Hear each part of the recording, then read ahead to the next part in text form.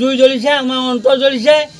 আমি কোনো পইণ্টে মৌনৈ পঞ্চায়তটো অৱনৈ জিলা পৰিষদ নামৰ পৰিষদটোলৈ আমি কেতিয়াও হস্তান্তৰ নহওঁ। আমাৰ দৃঢ় প্ৰতিজ্ঞা। মৌনৈ পঞ্চায়তখন ক'ৰ অৱনৈ নে নৱনৈ নে ক'বলৈ নিবলৈ বিচাৰিছে? কেলৈ মৌনৈত মানুহ নাই নেকি? মৌনৈ মানুহখিনি কিবা জানোৱাৰ নেকি? এইসকলে শিক্ষা দীক্ষা নাই নেকি? আমি কি বুজি পোৱা নাই চৰকাৰ চক্ৰান্ত? সাৱধান হৈ থাকক তেওঁলোকে। আমি যুঁজিবলৈ আগবাঢ়িছোঁ আৰু যুঁজিম। যি ধৰণে যুঁজিব লাগে সেই ধৰণে আমি যুঁজিম। গতিকেলৈ আমি দৃঢ় প্ৰতিজ্ঞ। এতিয়া এই মৌনৈ পঞ্চায়তৰ অৱনৈ পঞ্চায়তলৈ কি কাৰণে নিব লগা হ'ল সেইটো আমাক চৰকাৰে উত্তৰ দিবনে? বা যিসকলে ইয়াত লগত লাগি আছে, যিসকলে কেতিয়াবা কৈছে অৱনৈলৈ নিব লাগে, কেতিয়াবা কৈছে বাসুদলৈ নিব লাগে, কি এই মৌনৈ পঞ্চায়তৰ মানুহবিলাক মানুহ নহয় নেকি? এই মানুহ নহয় বুলি ভাবি আছে নেকি? মৌনৈ পঞ্চায়তৰ ৰাইজৰ জুই এতিয়া লাহে লাহে বুকুত জুই জ্বলিছে।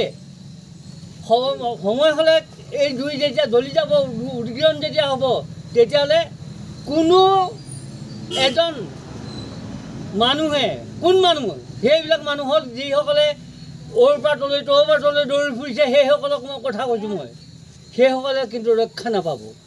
আজি আমি এই সংবাদমেলৰ জৰিয়তে আমি এটা কথাই জনাব বিচাৰিছোঁ যে আগতে আমাৰ যি দুটা জিলা পৰিষদ ঢকুৱাখানা সমষ্টিত আছিলে, এতিয়া কিন্তু চৰকাৰে নতুনকৈ আৰু দুটা জিলা পৰিষদ সংযোগ কৰি আমাৰ 4টা জিলা পৰিষদ অন্তৰ্ভুক্ত কৰিছে।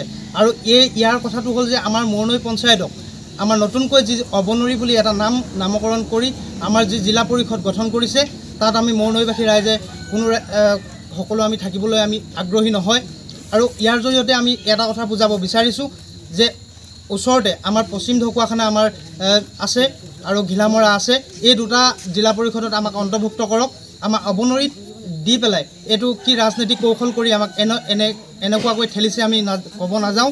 গতিকেলৈ আমাৰ সমূহ ৰাইজৰে এটাই দাবী যে আমাৰ মৌনৈ পঞ্চায়তটো অৱনৈ জিলা পৰিষদৰ পৰা কৰ্তন কৰি আমাৰ ঘিলামৰা জিলা পৰিষদ অথবা পশ্চিম ঢকুৱাখানা জিলা পৰিষদত আমাক অন্তৰ্ভুক্ত কৰিব লাগে। আমাৰ সমূহ ৰাইজৰে দাবী অকলে এটাই। নহ'লে আমি এটা কথা স্পষ্টভাৱে আমি জনাই দিছোঁ, অনাগত দিনত কিন্তু আমাৰ সমূহ মৌনৈবাসী ৰাইজে ভোট বৰ্জন কৰিব, এইটো চিধা কথা। আমাৰ মৌনৈ পঞ্চায়তৰ ৰাইজে বহুতখিনি কনচিয়াছ ভোট দিয়ে। সেইকাৰণে যদি এটা বৃহৎ কৌশল বুলি মই ক'ম এইখিনিতে, মানে কিয়নো আমাৰ মৌনৈ পঞ্চায়তৰ ৰাইজে একদম কনচিয়াছ ভোট দিয়ে। আৰু এই কনচিয়াছ ভোটখিনি যদি মিচিং জনগোষ্ঠীৰ ৰাইজৰ মাজলৈ যদি লৈ যাব পাৰে আমাৰ মৌনৈ পঞ্চায়তটো, তেতিয়াহ'লে তেওঁলোকে অনাগত দিনত বৃহৎ এটা ৰণকৌশলেৰে তেওঁলোকে সফল হ'ব পাৰিব। সেইটো তেওঁলোকৰ প্ৰথম উদ্দেশ্য বুলি মই ভাবোঁ এইখিনিতে। আৰু সেইকাৰণে আমাৰ ঢকুৱাখানা বিধায়ক নৱকুমাৰ দলেকো আমি এই কথাখিনি আমি অৱগত কৰি দিছোঁ। আমাৰ অনাগত দিনত আমাৰ পঞ্চায়ত ইলেকশ্যন আহি আছে বা নেক্সট বিধানসভা ইলেকশ্যন হ'ব, তাত কিন্তু আমাৰ মৌনৈ পঞ্চায়তৰ সমূহ ৰাইজে যদি এই আমাৰ দাবীটো যদি মানি নলয়, মানে কি আমাৰ অৱনৈৰ পৰা যদি আমাৰ মৌনৈ পঞ্চায়তটো যদি কৰ্তন নকৰে, তেতিয়াহ'লে অনাগত দিনত অনাগত পঞ্চায়ত ইলেকশ্যন বা বিধানসভা ইলেকশ্যন আমাৰ ভোট বৰ্জন কৰাটো সম্পূৰ্ণ হ'ব।